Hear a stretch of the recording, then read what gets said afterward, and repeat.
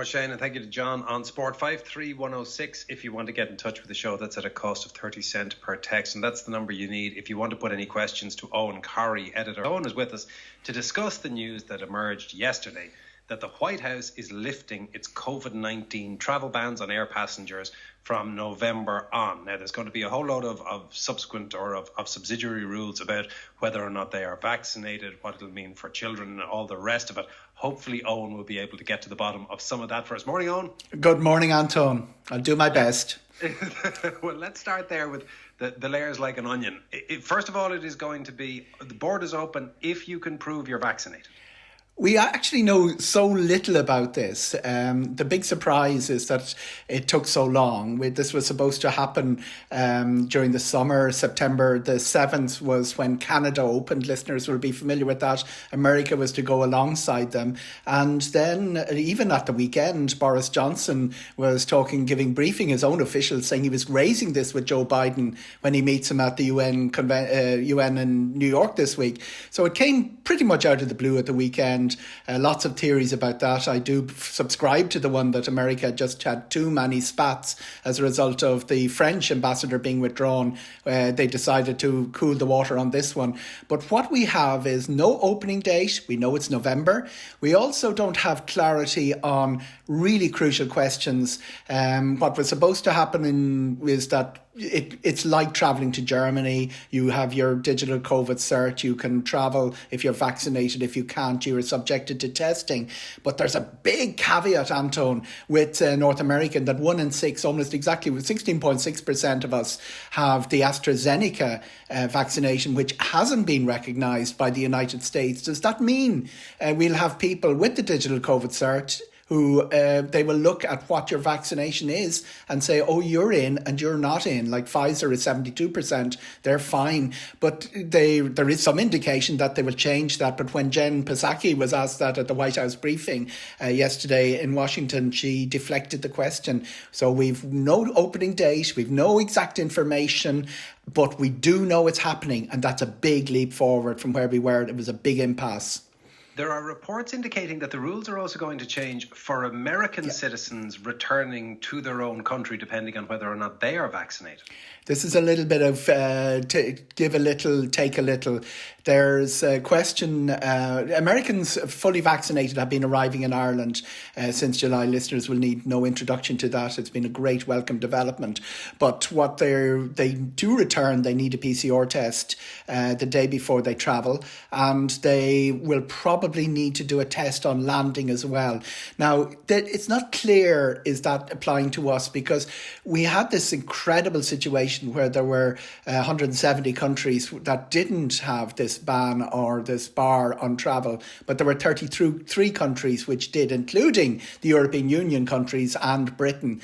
And that's what changed overnight. Now, what will happen with the Americans returning to their own country will probably depend on where they came from, because it is there's a huge Rubik's Cube of different regulations around the world, and what it does give lots of leeway for the bureaucrats to start creating all sorts of extra questions and conditions which didn't exist before. We would be hoping that it would be a very clean arrangement between the European Union and the USA, that it's the equivalent of us flying to Germany, but we've no clarity on that.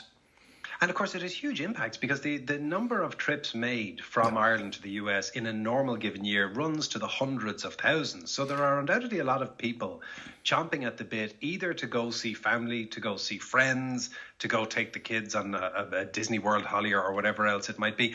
What's the likelihood then, when this does open up, of increased cost? Because the international carriers obviously will want to claw back some of the extraordinary losses they've made over the previous 18 months. You have put your finger on it. Like, America's our second biggest inbound market, about 2 million trips in 2019. But Irish people don't realise how important it is in the other direction, considering our population. We are the 14th most important inbound market into the United States in their tourism terms. Now, the North Atlantic for all carriers, and one of the indications of this is the share price in IAG, which owns obviously both British Airways and Aer Lingus, jumped 11% 11% yesterday as a result of this announcement. So the North Atlantic for airlines is really important. It's the cash cow. It's basically what pays the bills on a lot of their other routes. Now, they want to get back into that situation, but they're not sure. There'll be a pent-up demand. A lot of it will be reconnection. The Irish grannies that haven't seen their newly born grandchildren, all of that will be flooding in those first few flights. And remember, capacity is down to a trickle. We're back down to the basically the roots of our childhood, Antone. Chicago, Boston, New York and Washington, D.C., which opened again in August. But there are about 16 or 17 other Aer Lingus routes that Aer Lingus is hoping to restart. And what they've been doing is pushing back the opening date of those. Some of them have gone as far back as the new year. Listeners will have got emails saying their flights have been cancelled or they're being rescheduled through New York.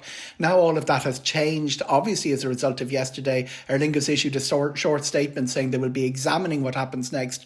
What I expect to happen is that there will probably be a seat sale, €150 one-way stuff to the East Coast and a little bit more, another 250 to the West Coast each way, to stimulate demand, to get demand going on those routes, to get those A330s back in the sky and to get Aer Lingus operating with that transit, which is central to Aer Lingus's model. Remember, Ryanair has been roaring ahead since the reopening of Europe. Aer Lingus is still one of the most disconnected, I think it's the second most disconnected airline compared to 2019, according to the Eurostat. So what Aer Lingus need to do is get that transatlantic model, which is central to their business model, back up and running, and we will see seat sales to get that done. What happens after that? All bets are off. We could see actually prices climbing if you end up with 2 years of demand for North Atlantic travel pushed into 1 year, you could end up, obviously the supply-demand scenario will see prices float up. What of the logistics? You mentioned those A330s. Over the last 18 months, sort of like putting the Christmas Delph out in the garage, airlines have been stuffing planes all around the world. There's an until recently disused airport in, I think, just outside of Madrid that is now neck deep in aircraft because they just had to put them somewhere dry. Does Aer Lingus have all of these planes able to just turn the key and put them back in the air, or is there going to be the mother and father of a global shuttling? We have a problem not specific to Aer Lingus, and you don't have to go to Spain. Look at Shannon. It's a parking lot for aircraft, has been through COVID. Knock has been turned into effectively a breaker's yard for A380s. There's a great business there breaking them up. But what Aer Lingus need to do and have to is to keep their pilots. Pilots will have to do a certain number of takeoffs and landings in a 6-month period. And the aircraft has to be certified as well. So while they've parked up some of them, they have been running virtually empty aircraft, Antone, to North America. Some of those flights to Chicago and Norway in the dark days of March and April had 12, 14 passengers on board. Cargo would be part of the game for the A330s, but also making sure that they don't have to be recertified. Because remember, every airline in Europe is now going to be queuing up for effectively the NCT for their aircraft to get them certified to fly again, because the specifications in air travel are very exacting, and the licensing of keeping the pilot's license alive is also very important. So I think Aer Lingus are going to avoid that particular traffic jam, but you're absolutely right across Europe. There is an assumption that we'll get the aircraft certified when we need. When all the aircraft arrive at the same time, it is going to be the mother and father of an aviation logjam. Just before I let you go, a quick one. PCR tests, there's a couple of questions around this. Yes. PCR tests are now also part of the cost of travel. When are we going to see reductions in the cost of tests? Why only focus on airfares? Could you address that, but also the implications of, there's suggestions that you may need to be tested on arrival in the US within 3 days of your arrival, even if you show your vaccine cert. So is there going to be another logistical nightmare in trying to get all of this up and running? What I expect is a PCR test will be required before travelling to the US, even if you're double jabbed. I would hope that the AstraZeneca question will have been sorted out by that, because that could be a major problem. What will happen with the cost of PCR tests, presumably the costs will come down. I mean, the markup on PCR tests is enormous, and you can get PCR tests for less than €20. I think the cost of a PCR test is around €5, but we're paying 90 and 100 for them in Ireland. There are two major suppliers at the airport. The cost is the cost of the test is only part of the game. The actual logistics of supplying your certificate that you've got your negative proof has been very efficient by our Irish suppliers, and I suspect that we're paying a lot to get a very efficient system that with QR codes that feeds into the boarding passes. Will the price come down? That only really depends on whether we get, more competition in the market. But what I've seen happen, even when PCR tests have been supplied at local level, people tend to drift back towards the big two operators because even though it's more expensive, they have the technology to deliver it. Antigen testing, it's not really about the cost, it's about half the cost, but it's the speed. You can actually get to the airport and do your antigen test and fly out the same day. That's been very important for those who haven't been double vaccinated travelling within Europe since July.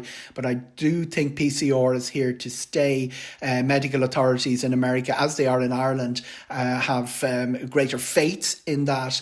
And it does create that problem that you have to do it the day before. Owen, thank you for your time this morning. Always a great pleasure, Anton.